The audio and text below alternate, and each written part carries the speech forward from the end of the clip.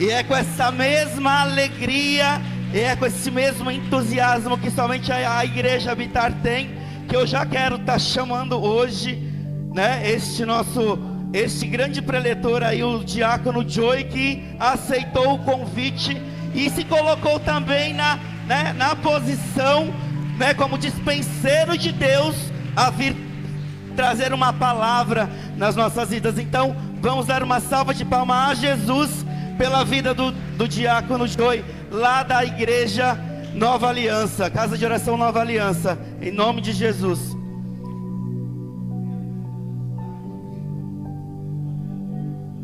Aleluias, glória ao nome do Senhor Jesus. A paz do Senhor, igreja. A paz do Senhor, igreja. Eu louvo a Deus por mais esta oportunidade, que na verdade eu não vejo como uma oportunidade, mas sim como cumprimento de um propósito. Porque quando os filhos de Deus se reúnem, não é apenas para gerar oportunidade, mas sim para cumprir propósitos, propósitos do reino, propósitos do Senhor em nossas vidas. Então eu vim aqui não meramente por uma oportunidade, mas regido por um propósito. Aleluias, glória ao nome do Senhor Jesus.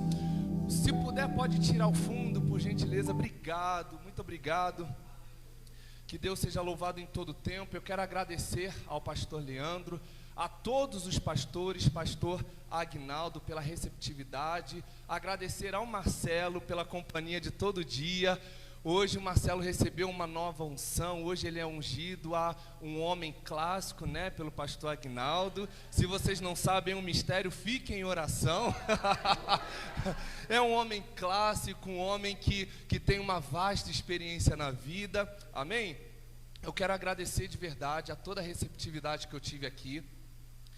Muito antes de eu estar aqui, né, o pessoal da internet já começou a adicionar, já começou a seguir, já começou a compartilhar, já começou a deixar recados lá de carinho. Então, eu quero expressar aqui o meu muito obrigado a todos vocês e glorificar a Deus por isso, sabe? Porque esse carinho, esse amor, nada mais não é que eu mereça, mas é porque verdadeiramente Deus está nos unindo, Deus está nos alinhando. Amém? Para os que não me conhecem, eu sou diácono da Igreja Casa de Oração Nova Aliança, no Rio de Janeiro, em Duque de Caxias, presidido pela pastora Lúcia Carrilho e também pela pastora Bel. Estou lá já há algum tempo, glória a Deus por isso, eu louvo a Deus. É uma casa que me recebeu e tem trabalhado bastante, incentivado a minha vida, o meu desenvolvimento. E hoje estamos aqui para provarmos, né, para nos deliciarmos um pouco mais daquilo que Deus tem feito, não apenas na minha vida, mas na vida de todos os irmãos, amém? Eu vou pedir gentilmente que todos abram as vossas Bíblias no livro de Juízes. Aleluias, enquanto os irmãos vão abrindo, vão glorificando, vão adorando ao Senhor.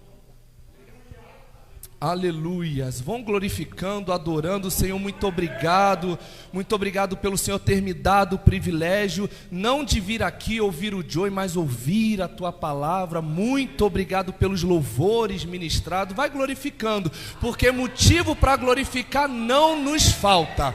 Aleluias, nós vamos ler Juízes 7, vamos ler os primeiros 8 versículos. Quantos acharam? Digam amém. O epígrafo diz assim: Gideão com 300 homens vence os midianitas. Então Jerubaal, que é Gideão, se levantou de madrugada, e todo o povo que com ele havia, e se acamparam junto à fonte de Arode, de maneira que tinham arraial dos medianitas para o norte, para o outeiro de Moré no vale. E disse o Senhor a Gideão: muito é o povo que está contigo para eu dar os medianitas nas tuas mãos, a fim de que Israel não se glorie contra mim, dizendo: a minha mão me livrou. Agora, pois, apregou aos ouvidos do povo, dizendo: quem for covarde e medroso, que volte e vá-se apressadamente das montanhas de Gileade. Então voltaram do povo 22.000, e 10.000 ficaram. E disse o Senhor a Gideão: ainda muito povo há, faze-os descer às águas, e ali os provarei. E será que aquele de que eu disser, este irá contigo, este contigo irá. Porém, todo aquele que eu te disser, este não irá contigo, esse não irá. E fez descer o povo às águas. Então o Senhor disse a Gideão: qualquer que lamber as águas com a língua, como as lambe o cão, esse porás à parte. Como também a todo aquele que se abaixar de joelhos e a beber. E foi o número dos que lamberam, levando a mão à boca, 300 homens. E todo o resto do povo se abaixou de joelhos a beber as águas. E disse o Senhor a Gideão: com estes 300 homens que lamberam as águas, vos livrarei e darei os midianitas na tua mão, pelo que toda outra gente se vá, cada um ao seu lugar. E o povo tomou na sua mão a provisão e as buzinas, e ele enviou todos os outros homens de Israel, cada um à sua tenda. Porém, os 300 homens reteve, e estava o arraial dos medianitas abaixo no vale. Vamos agora ao versículo 22 apenas, que diz assim: tocando, pois, os 300 as buzinas, o Senhor tornou a espada de um contra o outro, e isto em todo o arraial. E o exército fugiu para Zerera, até Bet-Sitá, até os limites de Abel-Meolá, acima de Tabate. Feche seus olhos, incline o seu rosto em reverência ao Senhor. Vamos orar. Muito já tem sido orado, intercedido, mas oração nunca é demais na vida de um intercessor, não é verdade? Senhor Jesus, eu quero te agradecer, ó Deus, tão somente te agradecer por tudo aquilo que o Senhor tem providenciado e provido em nossas vidas no dia de hoje. Muito obrigado a Deus, e eu te peço, continue a falar conosco, continue a falar com o teu povo. Senhor, que toda expectativa que foi posta sobre o Joey, que possa ser transferida tão somente para o Senhor, porque eu não tenho nada a oferecer, mas o Senhor tem a provisão, o Senhor tem o escape, o Senhor tem a resposta, o Senhor tem a cura, o Senhor tem a vitória. Então eu te peço, ó Deus, que toda honra, que toda glória e que todo louvor seja rendido tão somente a Ti. Eu te peço, ó Deus, que a igreja possa ouvir dos meus lábios a Tua voz, Senhor. Voz essa que é capaz de libertar, voz essa que é capaz de restaurar, voz essa que é capaz de ressuscitar os mortos. Então eu te peço, ó Deus, que nesta noite seja uma noite de libertação. A Tua palavra diz: conhecereis a verdade e a verdade vos libertará. E a Tua palavra tem esse poder de libertar os cativos, poder de trazer vista aos cegos, poder, ó Deus, de dar movimento às pernas daquele que outrora era paralítico. Nós estamos aqui, ó Deus, para ouvir a Tua voz. Então fala conosco e não te cales, ó Deus, em nome de Jesus, em nome de Jesus. Aleluias. A igreja pode se assentar.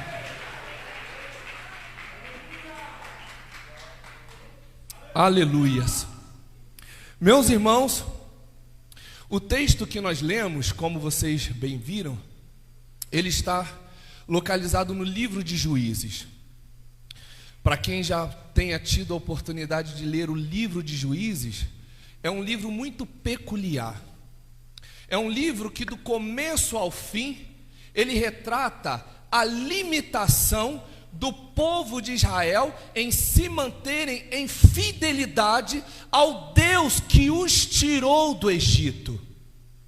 É um livro que arranca completamente as máscaras de Israel, mostrando toda a sua limitação, sua debilidade, a sua fraqueza em se manter fiel à aliança. Por outro lado, é um livro que a todo momento demonstra a manifestação da graça e da misericórdia de Deus.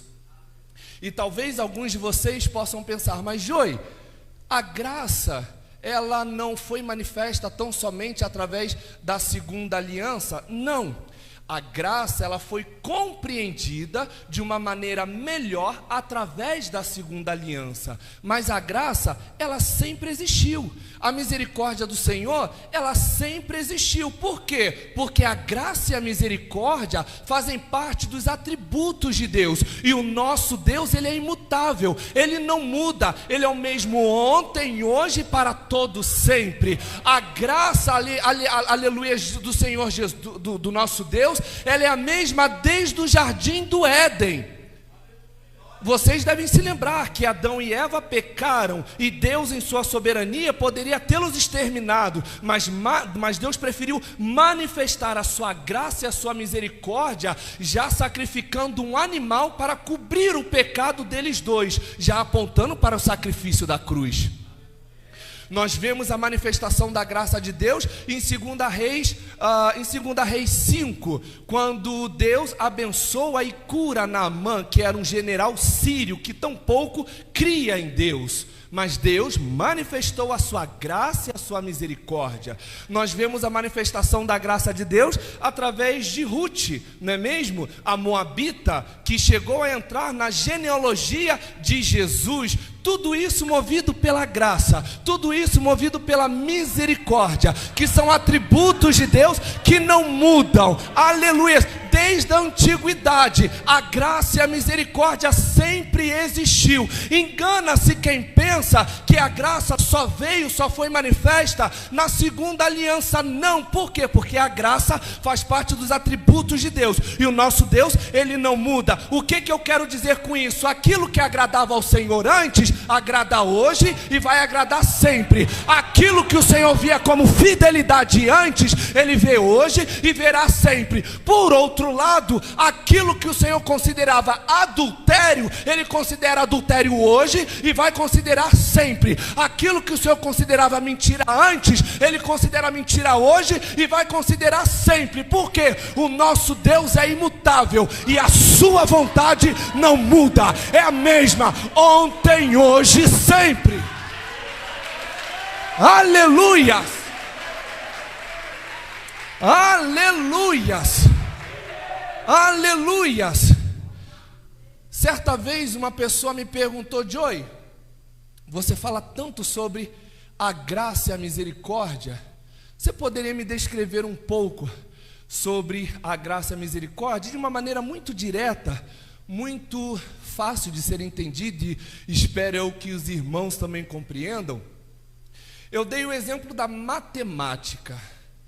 A graça, ela soma na nossa vida. A misericórdia, ela subtrai da nossa vida.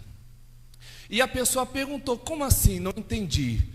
A misericórdia, ela tira de nós aquilo que nós merecíamos, a morte eterna, o sofrimento eterno, a ira de Deus sobre nós por conta do nosso pecado adâmico que já está impregnado em nossa carne. E a graça ela soma na nossa vida. Ela soma o quê? Ela soma a adoção de Deus. Através da graça nós fomos enxertados nas promessas, nós fomos enxertados, aleluias, em tudo aquilo que Deus outrora havia prometido para um outro povo. E nós que não éramos povo, através da graça nos tornamos povo de Deus. E se hoje você está ouvindo a voz do Joey, é porque um dia a graça e a misericórdia de Deus me alcançou. Aleluias! Aleluias! E eu louvo a Deus, porque se você está me ouvindo, é porque a graça e a misericórdia de Deus um dia também te alcançou. A graça e a misericórdia de Deus foram lá na esquina onde outrora nós nos prostituíamos. A graça e a misericórdia de Deus foi lá no banco onde muitas das vezes nós roubávamos. A graça e a misericórdia de Deus foi lá no quarto de hotel onde muitos de nós adulterávamos, e nos limpou, nos tratou para que hoje fôssemos homens e mulheres restituídos, restaurados para a glória de Deus. Aleluia! Aleluia, Jesus! O livro de Juízes, meus irmãos, ele também foi escrito em um contexto pós-escravidão, né? Certa vez o povo hebreu, eles estavam sendo escravizados pelos egípcios durante muitos e muitos anos. E chegou um momento que eles já não aguentavam mais, e eles começaram a clamar ao Senhor por um libertador, começaram a suplicar ao Senhor por uma pessoa que pudesse vir e libertá-los, sendo o próprio Deus, é claro. Só que Deus então manifestou a sua graça e a sua misericórdia e levantou Moisés. Deus então levanta Moisés como libertador daquele povo, e Moisés assim o faz. Moisés reconhece o chamado de Deus, se levanta, se entrega, ao chamado para cumprir aquilo que Deus estava designando para ele, e efetivamente consegue libertar o povo hebreu das mãos dos egípcios. Só que no meio da caminhada, o que até então geograficamente, historicamente, a gente sabe que seria um percurso que levaria cerca de 40 dias, houve uma mudança, passou a ser 40 anos. E por quê? Porque ao decorrer da caminhada, o povo começou a murmurar, o povo começou a reclamar. Outrora eles estavam escravizados, outrora eles estavam sendo humilhados na mão dos egípcios, e eles clamaram ao Senhor da mesma forma que eu e você outrora havíamos clamado ao Senhor: Senhor, me liberta, me tira dessa situação. E o Senhor foi e enviou Moisés na nossa situação, enviou Jesus, aleluia. E agora que nós estamos tendo acesso à liberdade, muitos de nós estamos reclamando como o povo do Egito fez. E da mesma forma que Deus mudou o período do povo do Egito, Deus talvez esteja mudando o nosso período também. Por quê? Por conta da nossa língua, por conta da nossa boca. Nós estamos reclamando de tudo, de todos, a todo instante. Deus está falando: eu te dei um órgão que é a língua para abençoar, para glorificar o meu nome, não para reclamar, não para viver em mágoas, se lamentando. Glorifique a Deus, porque se você olhar para a sua vida antes e ver agora, você está no lucro. Nós estamos no lucro. O Senhor nos libertou. Talvez muitos de nós não estejamos vivendo a vida que gostaríamos, mas estamos vivendo a vida que o Senhor está nos proporcionando. Até aqui nos ajudou o Senhor, até aqui o pão não tem faltado, até aqui o Senhor tem nos libertado, até aqui o Senhor tem nos livrado do laço do passarinheiro. Então precisamos utilizar os nossos lábios para glorificar o nome do Senhor. Só que ao decorrer da caminhada, Moisés veio a falecer. Moisés foi erguido por Deus, mas Moisés infelizmente não chegou a entrar na terra prometida. Só que ele preparou um sucessor, Josué. Josué, que era o seu pupilo, Josué, que era praticamente o seu aluno. Tudo aquilo que Moisés fazia, Josué estava atrás, observando, aprendendo. Tudo aquilo que Moisés orientava, Josué fazia no intuito de aprender. Então, uma vez que Deus tenha recolhido Moisés então, automaticamente, com a permissão de Deus, deixou Josué. E eu gosto muito dessa transição. Por quê? Porque quando a gente para estudar a Bíblia, nós vamos ver que a maneira com a qual Deus selou o chamado tanto de Moisés quanto de Josué foi praticamente a mesma. Você deve se recordar que certa vez Moisés estava pastoreando as ovelhas de seu sogro Jetro ali aos arredores do Monte Horebe, quando de repente ele viu uma sarça que se queimava, mas não se consumia. Completa comigo: uma sarça que se queimava, mas não... Uma sarça que se queimava, mas não... E eu quero só abrir um parêntese nessa sarça. Por quê? Quando eu estava estudando para essa palavra, Deus me fez entender que nós precisamos ser como essa sarça. Essa sarça que se queima, essa sarça que é afetada pelos efeitos naturais, mas pelo fato de ter Deus, não se deixa abalar. Aleluia. Deus quer que nós sejamos como essa sarça, que os problemas do dia a dia vão vir sobre nós para nos queimar. As pessoas vão olhar para nós dizendo: vai se queimar daqui a 2 dias, vai se queimar daqui a 3 dias, vai se queimar daqui a 1 ano. A habitar não vai durar nem 3 anos, mas até aqui o Senhor tem ajudado. Por quê? Porque no meio da sarça existe uma voz, e é a voz de Deus. Aleluias, aleluias. Que nós sejamos como essa sarça que se queima, se queima, se queima, mas não é consumido. Moisés então, olhando para essa sarça que se queimava, mas não se consumia, aquilo chama a atenção de Moisés, e Moisés começa a se aproximar. E quando Moisés estava se aproximando demais, Deus vira e diz: Moisés, não te chegues para cá. A terra que tu pisas é uma terra santa.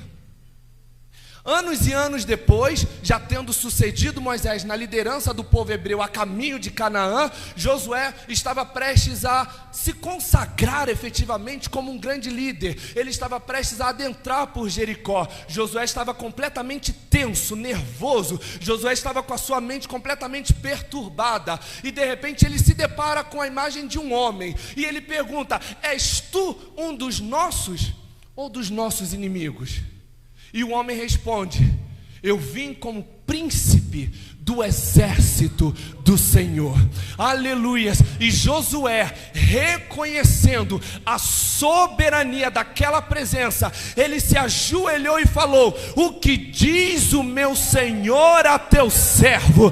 Aleluias. E o anjo disse: Josué, desatai a sandália dos vossos pés. Aleluia. Então veja que aqui nós temos 2 líderes, Moisés e Josué. Nós temos 2 localizações, nós temos o Monte Horebe e as prévias de Jericó, mas a palavra era a mesma: tirai a sandália dos vossos pés, tirai a sandália dos vossos pés, porque a terra que tu pisas é uma terra santa. A palavra era a mesma, e a mesma palavra que foi dita para Moisés, a mesma palavra que foi dita para Josué, nesta noite o Senhor me autoriza a dizer: igreja habitar do Senhor, tirai a sandália dos vossos pés, porque a terra que tu pisas é uma terra santa. Aleluias. Santa porque aqui é um dos lugares que o Senhor escolheu, separou, consagrou para manifestar a sua graça, a sua misericórdia, o seu amor, a sua compaixão, a sua libertação e, sobretudo, a salvação. Aleluia, esse é um lugar santo. E talvez você me pergunte: mas Joy, peraí, lugar santo, Monte Horebe ou as prévias de Jericó? Meus irmãos, santo onde Deus está, e Deus está neste lugar. Ele é o Senhor da casa, Ele é o Senhor da igreja e habitar. Então nós precisamos ter a devida reverência. Ao nos aproximarmos, nós precisamos tirar a sandália dos nossos pés. Aleluias. Um tempo depois, Josué também veio a falecer. Só que, como Moisés, infelizmente, Josué cometeu uma pequena falha. Josué era um grande guerreiro, Josué era um grande pupilo, mas algo que infelizmente talvez não tenha dado tempo dele aprender foi a gerar um novo líder. Então, quando Josué morre, Josué não deixa ninguém para substituí-lo. Só que eles já estavam na terra prometida. Haviam 12 tribos para serem lideradas, sem um líder.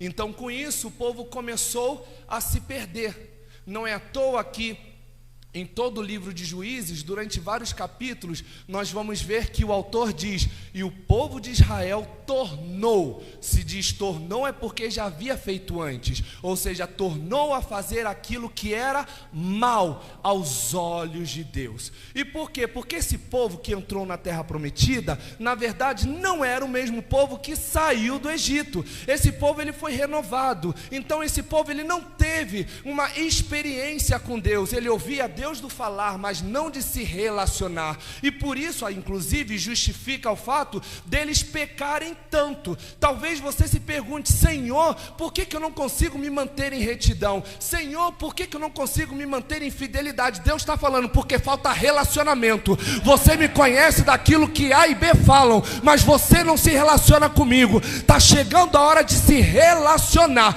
Quando você se relacionar com a minha palavra, se estruturar pela minha palavra, ser guiado pela minha palavra, você vai ver que a sua vida será de obediência e fidelidade. Aleluias! Justamente pela incapacidade dos hebreus se manterem em fidelidade, é que Deus então, de tempo em tempo, levantava juízes. Então levantou Eude, levantou Débora, levantou diversos outros. E nós então chegamos em Gideão e os 300. Essa passagem, meus irmãos, é uma passagem muito comum. Eu tenho certeza que muito do que talvez possa ser dito, talvez muitos já tenham ouvido outrora, mas eu creio que sim, Deus ainda tem algo novo para falar em nossos corações. Juízes trata a passagem de Gideão nos capítulos 6, 7 e 8. Você não precisa abrir, pode deixar no capítulo 7 mesmo. Mas no capítulo 6, nós já vemos, como eu havia mencionado, a palavra do Senhor dizendo no versículo 1: porém os filhos de Israel fizeram o que parecia mal aos olhos do Senhor, e o Senhor os deu na mão dos medianitas por 7 anos. Por 7 anos.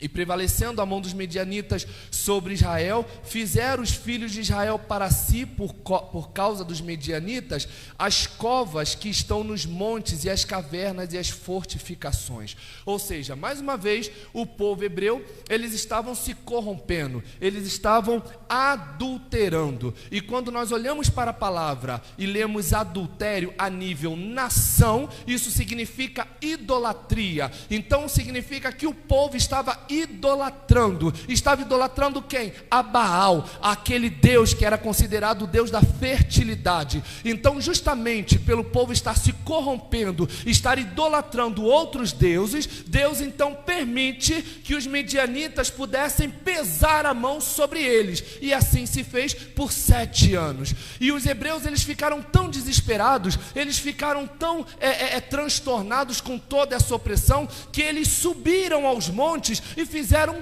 covas para se esconderem. Eles se escondiam em cavernas. Agora pensa comigo, ser oprimido no Egito é triste, mas está no Egito. Ser oprimido na Babilônia é triste, mas está na Babilônia. Agora não existe vergonha maior do que ser envergonhado na própria casa. Não existe vergonha maior. Só que eles estavam sendo envergonhados, oprimidos por desobediência. E eu preciso reforçar, talvez nós, eu e vocês, estejamos vivendo um momento de opressão, não é porque Deus queira nos castigar, não. É justamente porque Deus está se utilizando da sua ferramenta de justiça. E que ferramenta é essa? Permitir que o homem colhe aquilo que ele plantou. Então, se nós estamos vivendo um momento de opressão, analise, pois, o homem a si mesmo, porque talvez nós estejamos colhendo aquilo que nós plantamos. Então isso tira completamente a responsabilidade de Deus, inclusive dos medianitas.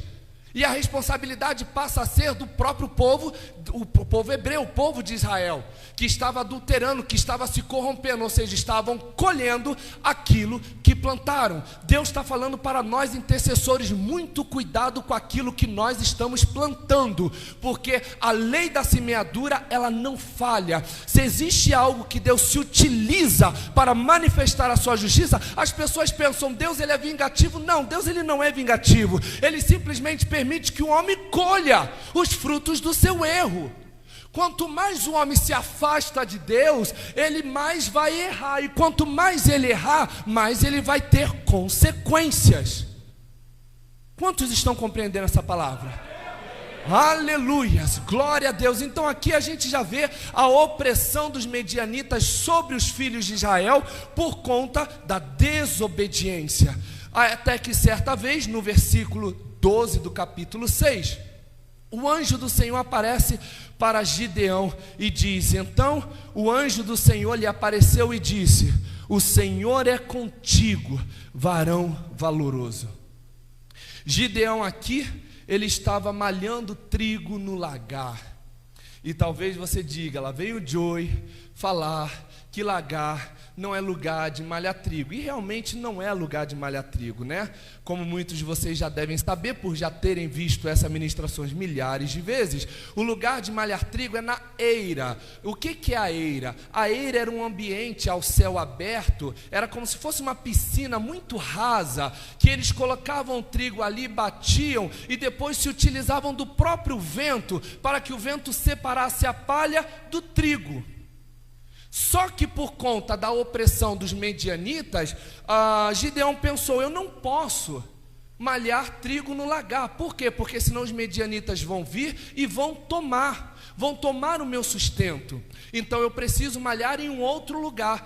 Gideão então pega o seu trigo e leva para o lagar, que nós bem sabemos que é um lugar que a gente espreme, né, e faz a produção de uva. E o que a gente aprende com isso? Estratégia. Nós precisamos ter estratégia de sobrevivência. E quando eu digo estratégia de sobrevivência, não é questões de sair na rua, tomar conta com o celular, não. É estratégias espirituais, para que nós não nos deixemos morrer na fé. Aqui Gideão pensou, se eu malhar o trigo na eira, eles vão vir e vão tomar o meu sustento, eu não vou ter o que comer, eu não vou ter o que sustentar a minha carne, então eu vou malhar no lagar. Deus está falando, muitas pessoas estão perecendo por falta de estratégia, porque estão fazendo coisas certas no lugar errado, e quando fazem coisas certas no lugar errado, acaba descomprometendo o valor daquilo que faz.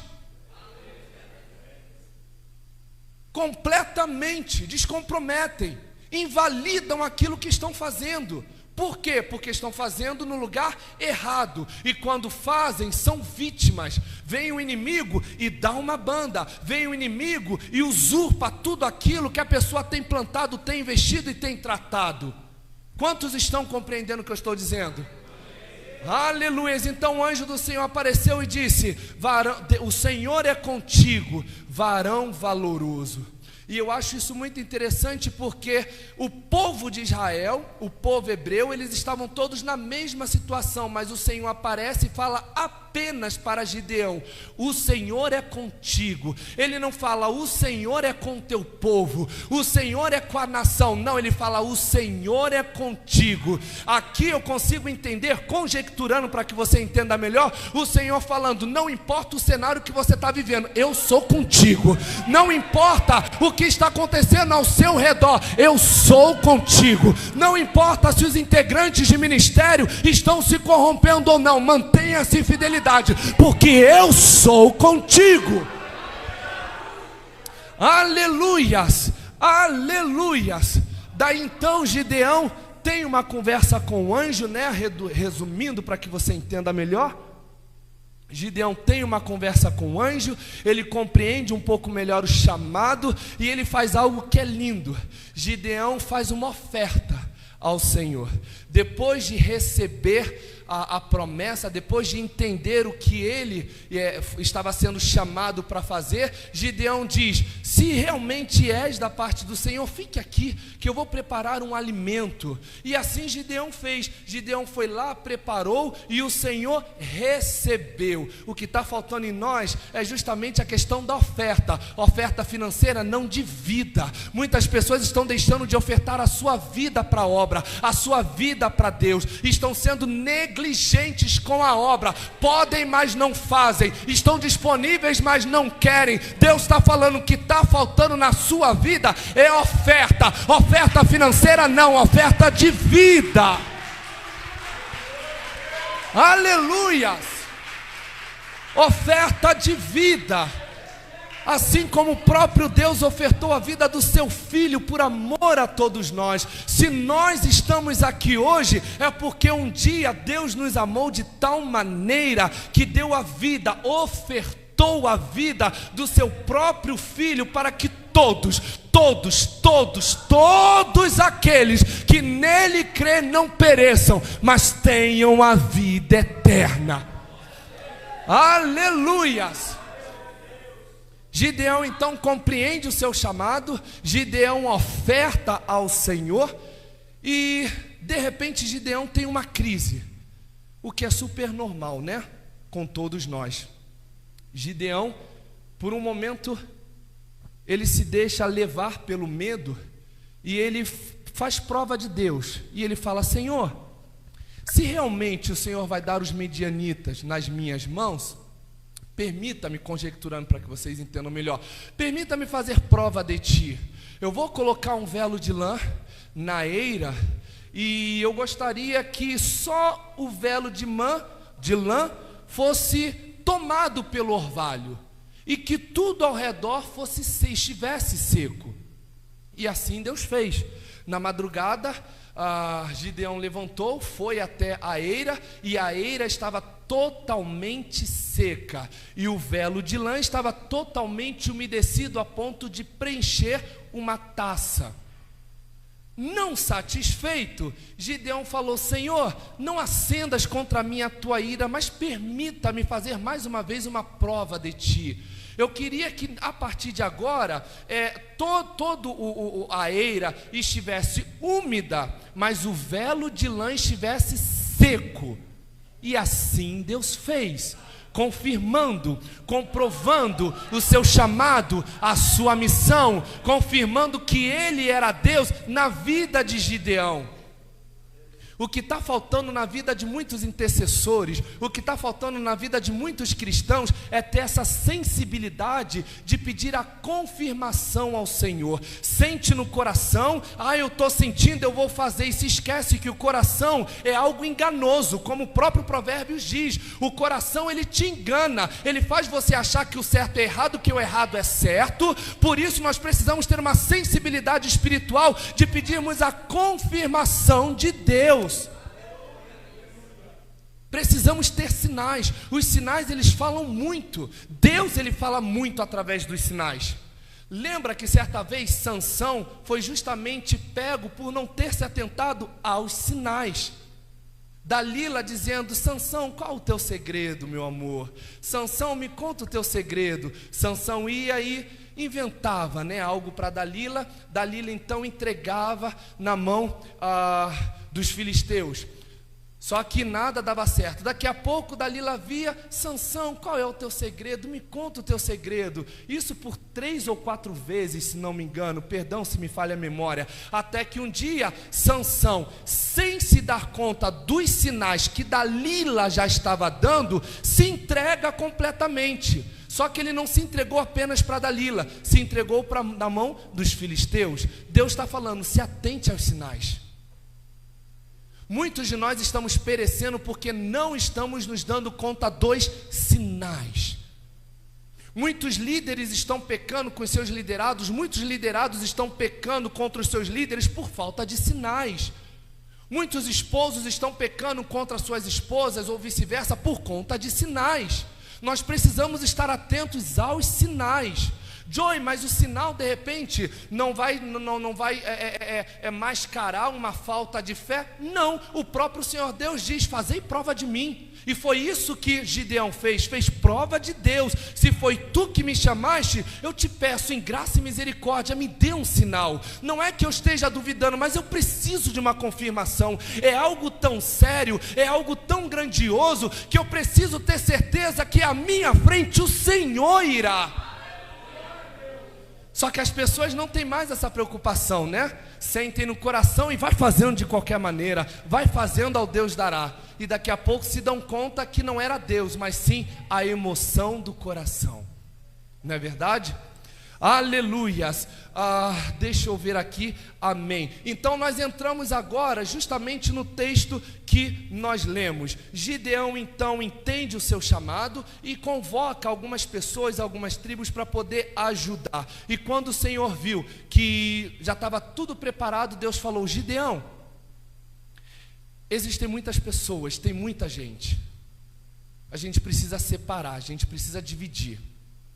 Você vai dizer, proclamar que os covardes e os medrosos voltem. E eu imagino, talvez Gideão perguntando, não está na Bíblia, eu estou conjecturando para que vocês entendam um pouco melhor. Eu entendo, eu consigo imaginar talvez Gideão falando: mas Senhor, por quê? É meu amigo. Mas Senhor, por quê? É meu colega. Mas Senhor, por quê? É meu esposo. Mas Senhor, por quê? É minha esposa. Deus está falando, não é que essas vidas sejam desvalorizadas, mas não estão preparadas para fazer parte do processo, para fazer parte do propósito que Deus vai colocar nas suas mãos. Então nós precisamos ter maturidade para separar o que é de Deus e o que é do homem. Deus está falando, Deus entregou um propósito. Se Deus entregou o propósito não é meu, é dele. Se o propósito é dele, quem dita as regras é ele. Aleluias, aleluias, aleluias, glória a Deus, glória a Deus. Deus então diz: separa os covardes, separa os que são medrosos. Por quê? Porque eu não chamei homens para espírito de covardia, eu dei espírito de ousadia. Então aquele que não é ousado, aquele que não tem coragem, manda voltar, porque só vai atrapalhar. E eu torno a repetir, não é que sejam pessoas desvalorizadas, não é que não tenham valor, muito pelo contrário, cada pessoa tem o seu valor para Deus. Mas existem propósitos que, dependendo do acúmulo de pessoas, só vai estragar, só vai interromper, só vai atrapalhar. Quantos estão entendendo? Aleluias. Daí então Gideão grita, né, no meio do povo. E boa parte daquele povo vai. Deixa eu ver aqui quantos homens exatamente, que agora eu até esqueci aqui. Ok, amém. 22 mil foram. 22 mil covardes, 22 mil pessoas medrosas foram embora. Daí então Gideão falou: ok, agora eu já estou com o número certo, vamos avante, vamos pessoal. Quando ele diz vamos pessoal, o Senhor diz: espera aí Gideão, calma, tudo no seu tempo. Ainda há pessoas demais. E se eu permitir que todas essas pessoas estejam ao seu lado, eles vão se vangloriar e dizer que a glória é deles e não minha. E a gente às vezes pode pensar assim: poxa, mas somente com 300? Sim, somente com 300. Por quê? Porque o milagre de Deus, ele só acontece diante de um cenário de impossibilidade. Então Deus gerou todo aquele cenário de impossibilidade para manifestar o seu poder. Se todos aqueles homens fossem, ainda que talvez não tivessem ganho, enfim, mas eles iriam dizer que a força veio do braço deles e não de Deus. Mas quando eles viram 300 homens para 1000 e tantos homens, estava decretado: seria um milagre de Deus. Deus está falando, não é pela quantidade, é pela fé. Não é pela quantidade, é pelo acreditar. Não é pela quantidade, é pela fidelidade e obediência. Talvez muitos olhem para Gideão e os 300 e digam: ah, é um grande milagre. Sim, é um grande milagre, mas é um resultado de obediência de Gideão. Obediência essa, agora eu recordei aqui, que eu deixei a passar, que na verdade Gideão teve lá no começo, no versículo 6, quando ele inclusive derrubou o altar de Baal, a pedido do Senhor. Deus falou: Gideão, você vai derrubar o altar de Baal, o altar do bosque que foi levantado ao lado de Baal, e vai erguer um altar para mim. O que isso significa? Se você quer ter vitória, conserte o altar que você tem com o Senhor. Não existe vitória com altar desconcertado. Não existe vitória com altar completamente desorganizado. Nós vemos isso através da vida do profeta Elias. Elias, em 1 Reis 18, Elias ele desafia os profetas de Baal. E daí então em 1 Reis 18, no versículo 30, se não me engano, deixa eu pegar aqui inclusive a minha cola, que eu estou até agora sem cola, mas tem hora que a gente precisa. Em 1 Reis 18, 30, Elias ele conserta o altar do Senhor. No versículo 38, o fogo do Senhor cai. Existe uma teoria na matemática que diz que a ordem dos fatores não altera mas para Deus altera. Não adianta você querer ver fogo do céu cair sem antes ter consertado o teu altar. Deus está falando: eu tenho fogo para mandar, eu tenho manifestação de poder para derramar sobre o meu povo, mas antes conserta o teu altar. Intercessor da igreja habitar, você quer ver o fogo descer, você quer ver o fogo dominar este lugar, você vai ver, mas antes conserta o teu altar. Lembrando que a espada que corta aí, corta aqui. Então, antes de eu ministrar essa palavra para vocês, eu consumi, eu comi, eu me deleitei, eu me alimentei. Então não estejam vocês pensando: ah, o Joey veio aqui, ministrou uma palavra e foi embora. Não. Eu passei dias aí, levando tapa na cara. Eu passei dias aí me alimentando, me consertando, até para estar apto hoje, em nome do Senhor, trazendo essa palavra para vocês.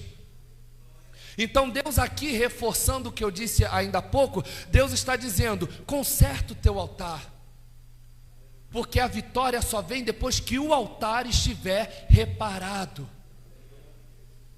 Se o altar estiver desconfigurado, não adianta, vai acontecer o que aconteceu com os profetas de Baal. Eles gritaram, começaram a se sacrificar, jorrando seus próprios sangues, mas nada aconteceu, só houveram gritos. Existem muitos profetas que estão gritando, mas a gente não vê fogo do céu. Por quê? Porque o altar está desconcertado. Porque altar que está consertado, o profeta não precisa nem de muito, é só dizer: Senhor, manifesta o teu poder, para que o povo veja que o Senhor é o Deus da casa. Aleluias! E Deus vem e manda fogo. Aleluias! Daí então Gideão então fala: mas Senhor, eu vou ter que separar mais alguns. E Deus diz: sim, porque ainda há muitos.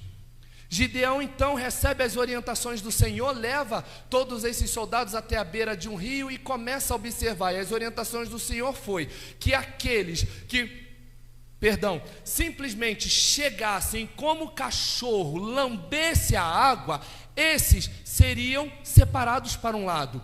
Aqueles que sentassem ou se ajoelhassem e tomassem a água, observando, atentos, de maneira madura, também fossem separados. Algumas pessoas pensam: porque os soldados agiram como cachorro. Não, tem nada a ver isso daí. Na verdade, quando Deus fala para Gideão observar aqueles que beberiam como cachorro, aqui era Deus falando: aqueles que não sabem o seu limite, aqueles que não sabem respeitar o limite, aqueles que já vão na sede, aqueles que simplesmente não obedecem às regras. Porque se você fala para beber, é para beber, mas dentro como é que eu vou dizer, de uma cautela. Não é para simplesmente chegar e beber de qualquer maneira, se desguardando. Deus está falando: o que você tiver que fazer, faça, mas mantenha a guarda, mantenha aguarda, porque a própria palavra do Senhor diz que o inimigo ele está ao derredor, aguardando uma oportunidade.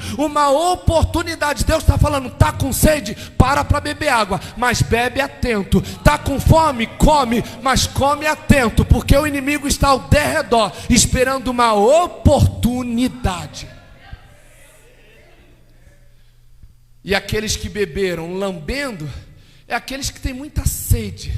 E normalmente quem tem muita sede acaba derramando muitas das vezes, né? E acaba estragando todo o processo. Não tem aquele ditado que diz: foi com muita sede ao pote? É exatamente isso que aconteceu.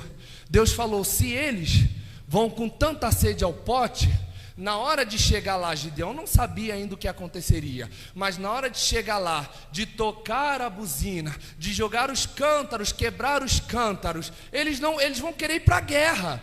Eles vão querer se jogar, e não é isso que eu quero, porque a guerra não é sua, a guerra é minha, a guerra é do Senhor. Então não é você que vai pelejar, sou eu que vou pelejar a teu favor. Então eu preciso que você faça de acordo com as minhas orientações. Gideão então novamente obedece ao Senhor, e como eu acabei de dizer, os 300 são resultados de obediência. Se você quer fazer parte dos 300, aprenda a viver em obediência. É muito poético nós lançarmos na internet, é muito poético nós subirmos no púlpito, é muito poético nós liberarmos uma palavra e dizer: eu faço parte dos 300, aleluia, Deus me chamou para fazer parte dos 300. Só que muitos de nós esquecemos que para fazer parte dos 300, nós precisamos viver em obediência. Aleluias.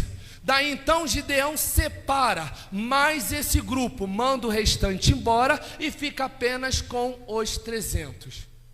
E no versículo 22 do capítulo 7, nós vemos então a finalização de tudo isso. Nós vemos a palavra dizendo: tocando pois os 300 as buzinas, o Senhor tornou a espada de um contra o outro, e isso em todo o arraial. E o exército dos midianitas, né? Falando sobre os midianitas, sobre os amalequitas e sobre os filhos do Oriente, fugiu para Zerera, de até Bet-Sitá, até aos limites de Abel-Meolá, acima de Tabate. Ou seja, para quem nunca viu essa passagem, o que aconteceu aqui? No momento em que o povo hebreu tocou a buzina, no momento que eles quebraram os cântaros e que fizeram todo aquele som, os midianitas, os amalequitas e todos aqueles que estavam ali para ajudá-los, eles se desesperaram. Eles de fato imaginaram que o povo de Israel estava atacando. De fato estava, mas não da maneira que eles achavam, de maneira sobrenatural, porque não era eles que estavam efetivamente pelejando, mas sim o Senhor. Então o Senhor fez com que a espada de um se virasse contra o outro, ou seja, os próprios amalequitas começaram a agredir uns aos outros. Deus está falando: na peleja que você está inserido, não se preocupe com aquilo que os teus inimigos têm te enfrentado, não se preocupe com as armas que os teus inimigos têm te ameaçado, porque serão por essas mesmas armas que eles vão perecer. Aleluias, aleluias. E aqui nós vemos evidentemente o milagre do Senhor. Nós vemos que aqui na verdade o Senhor pelejou por Gideão. Gideão não precisou fazer nada, simplesmente obedecer. Agora, como que um homem mais 300, é claro, ganha uma guerra com 100.000 contra 100.000 poucos homens, apenas com o som de uma buzina, apenas com o som de cântaros se quebrando, apenas com um grito de guerra dizendo: ao Senhor e a Gideão? É milagre, é milagre. Não é pela força dos nossos braços, é pela orientação e obediência à palavra do Senhor. Quando nós nos dedicamos a obedecer a palavra do Senhor, Ele se encarrega de pelejar por nós. Deus indo no contrafluxo, Deus indo mais uma vez aqui de uma maneira irregular, de uma maneira a qual, como é que eu vou dizer, dentro da lógica, não teria como acontecer. Da mesma forma que dentro da lógica, como que um homem poderia abrir o mar vermelho com um cajado? Da mesma forma que dentro da lógica, como que um rapazinho, um adolescente, venceria um gigante com uma única pedra?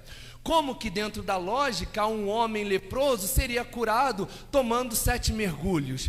Como dentro da lógica, como que um homem, é claro, sendo ele Jesus, é claro, o Senhor tem todo o poder, mas dentro de uma lógica, como que Jesus poderia curar a vista de um cego de nascença com um cuspe no chão? O nosso Deus é um Deus que vem contra a lógica.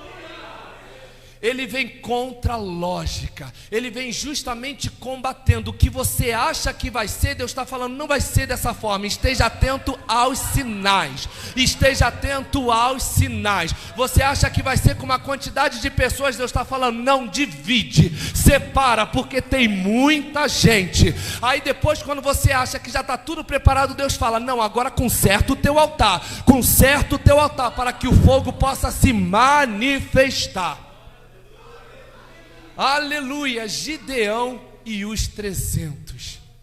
Eu espero que verdadeiramente nesta noite nós estejamos inseridos nesses 300, em obediência, em retidão, sensíveis à voz do Senhor, sensíveis aos sinais do Senhor, para que verdadeiramente, assim como Gideão, nós possamos batalhar pelejas não nossas, mas do Senhor, para que Ele mesmo tome a nossa frente e peleje por nós. Amém? Aleluia. Vamos dar uma salva de palmas ao Senhor, que Deus seja louvado, glorificado por essa palavra. O louvor pode subir. Aleluias. Glória a Deus. Aleluia, fique de pé, meus irmãos, fique de pé.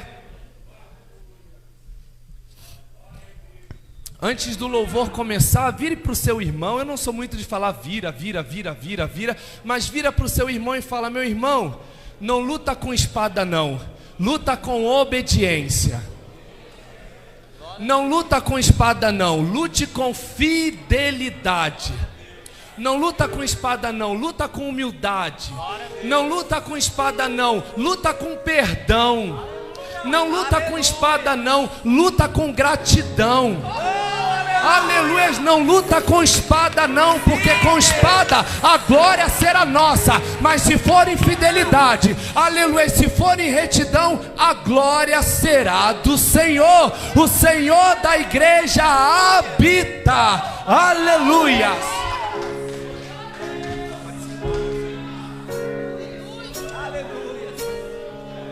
Aleluias,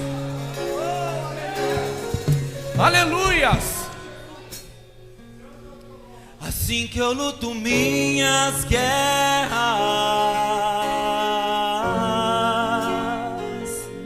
assim que eu luto minhas guerras, assim que eu luto minhas guerras. Como você tem lutado as suas guerras? Deus está te perguntando, como você tem feito isso? Assim que eu luto minhas guerras. Deus está falando, os covardes e os medrosos podem ir para casa. Parece que estou cercado, mas sou guardado por ti. Parece que estou cercado, mas sou guardado por ti.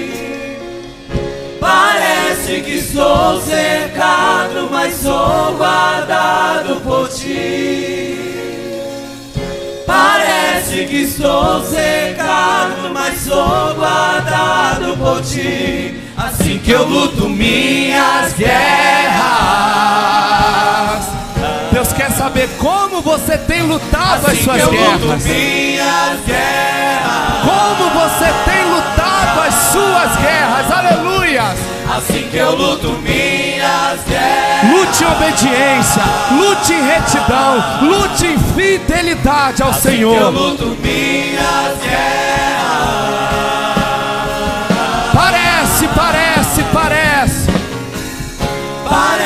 que estou cercado, mas sou guardado por ti. Só parece.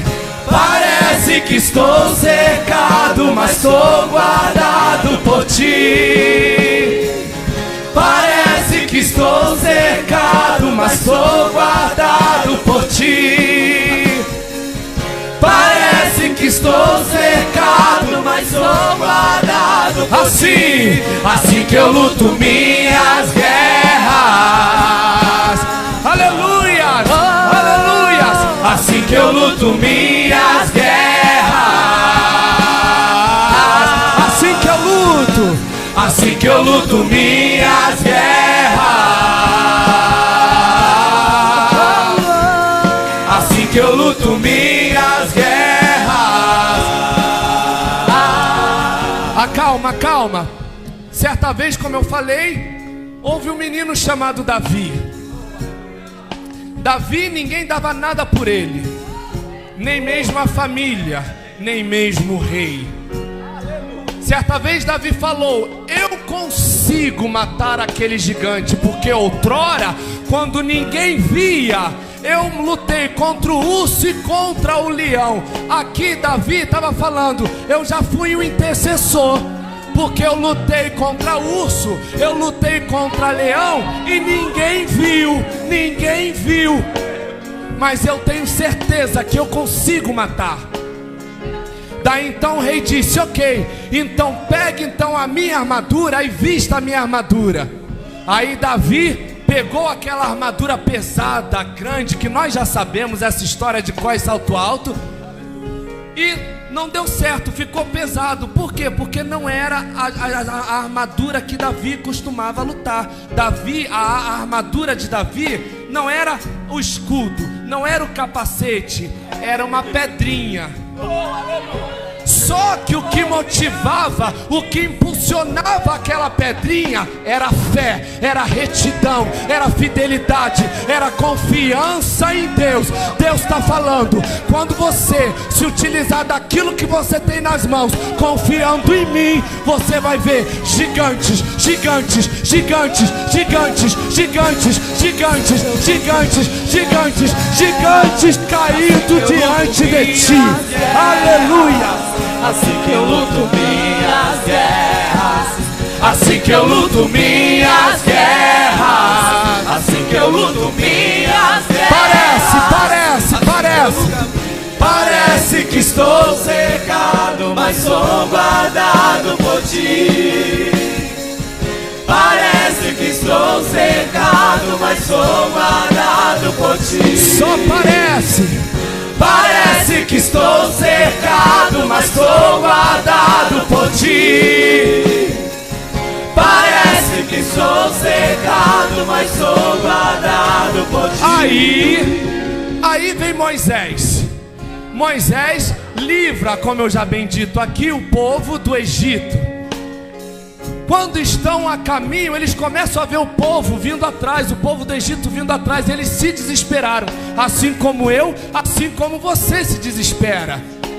Muitas das vezes a porta se fecha e a gente se desespera. Muitas das vezes o relacionamento balanceia e a gente se desespera. Muitas das vezes o laudo médico não está tão favorável e a gente se desespera. Daí então o povo começou a falar no ouvido de Moisés: Moisés, você trouxe a gente para cá para poder morrer aqui, tirou a gente do Egito para morrer aqui.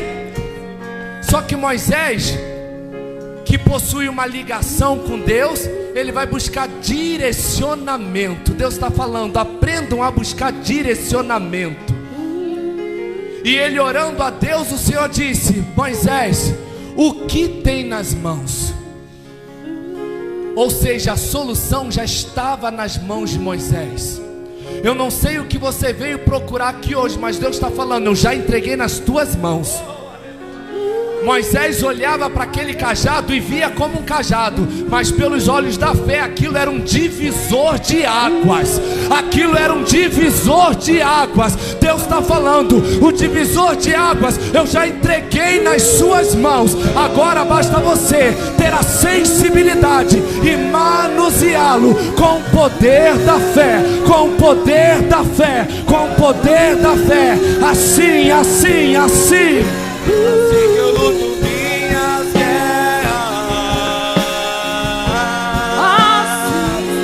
Assim que eu luto minhas guerras.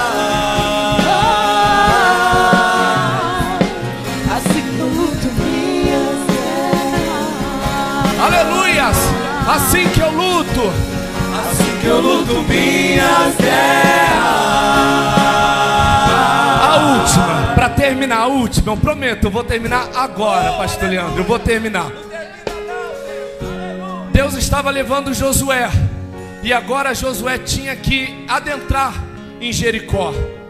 E a ordem foi: vocês vão dar 7 voltas em Jericó. Uma vez por dia, durante 7 dias, vocês vão dar uma volta. E no 7º dia, vocês vão dar 7 voltas. Como? Fazendo zoeira? Não, calados, em silêncio. Porque existem lutas que não é para você falar, você vai batalhar em silêncio, de boca calada, de boca fechada, aguardando o momento certo para falar, aguardando o momento certo para tocar a buzina. Deus está falando, peleje em silêncio. A guerra não é tua, a guerra não é tua, a guerra não é tua, mas é do Senhor. Aleluias. Parece. Parece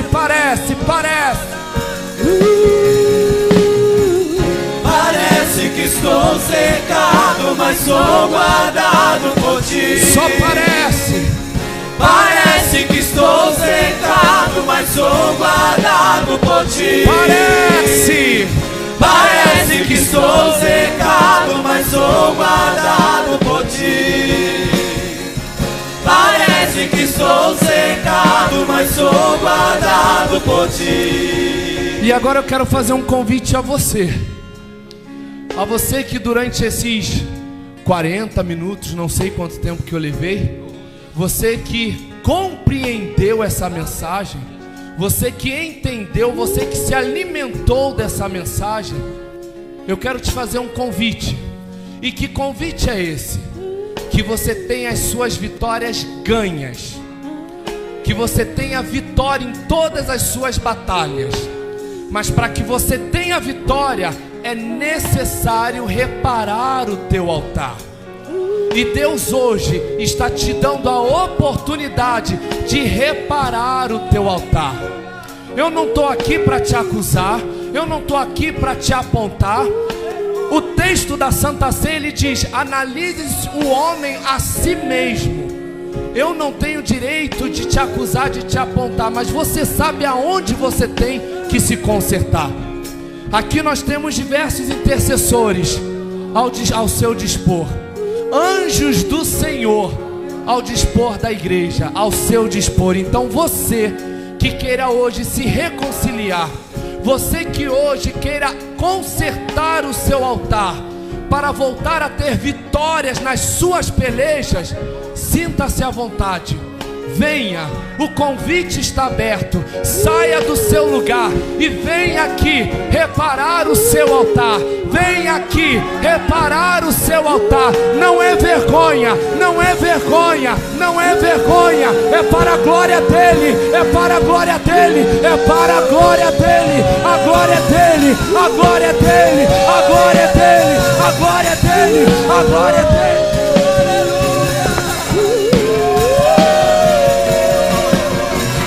Eu luto minhas guerras na oração, na obediência, na fidelidade. Assim que eu luto minhas guerras. Aleluias, pautado na palavra, é assim. Assim que eu luto minhas guerras, liberando perdão, liberando a gratidão. Assim que eu luto minhas guerras. Parece.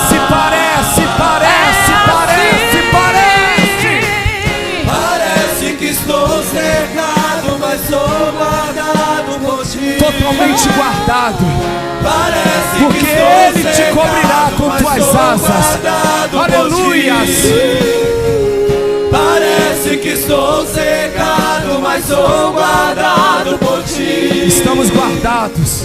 Parece que estou cegado, mas sou guardado por ti. O convite ainda está aberto. O convite ainda está aberto.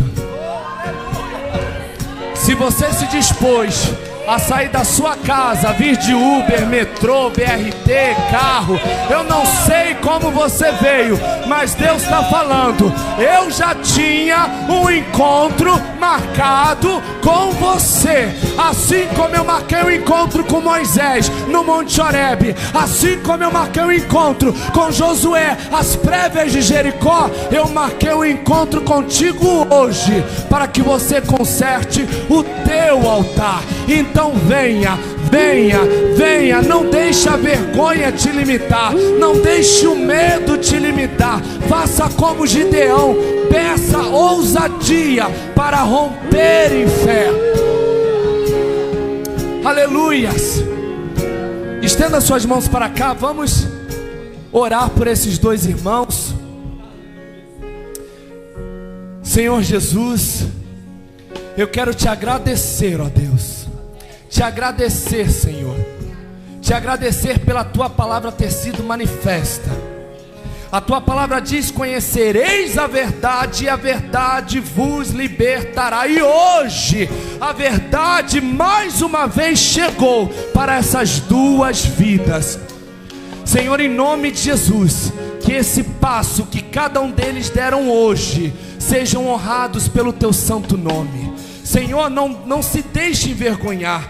Peleja, Senhor, as guerras dos teus filhos. Eu não sei que tipo de guerras tem sido travada, mas eu creio que em obediência, em fidelidade, em retidão, a vitória é certa. A vitória é certa. A vitória é certa. Pelo nome de Jesus de Nazaré. Que o teu sangue seja derramado sobre eles, que o teu sangue seja derramado sobre eles, e que os céus louvem o teu santo nome, em nome de Jesus. Aleluias! Aplauda ao Senhor, meus irmãos. Aplauda ao Senhor, meus irmãos.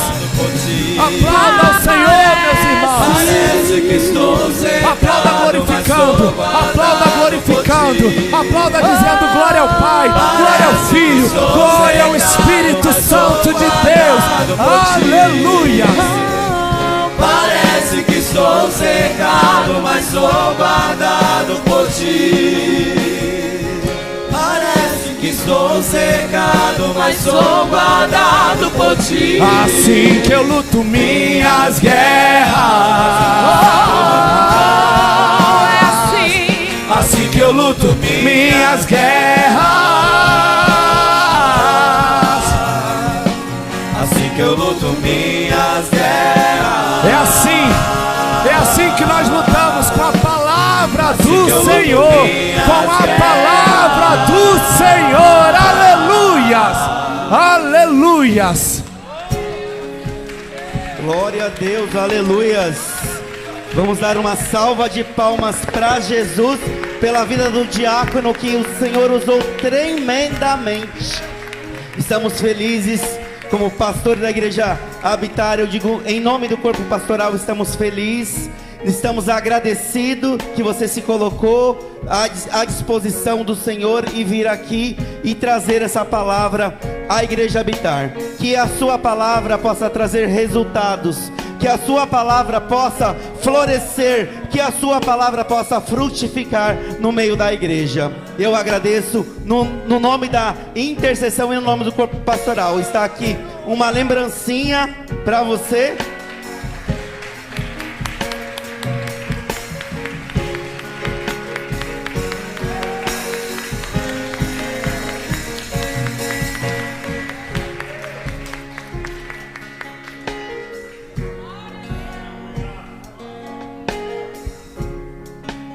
É só um mimo, mas que você, todas as vezes que você olhar, você venha lembrar aqui do 2º Congresso da Intercessão. Amém? Louva a Deus pela sua vida.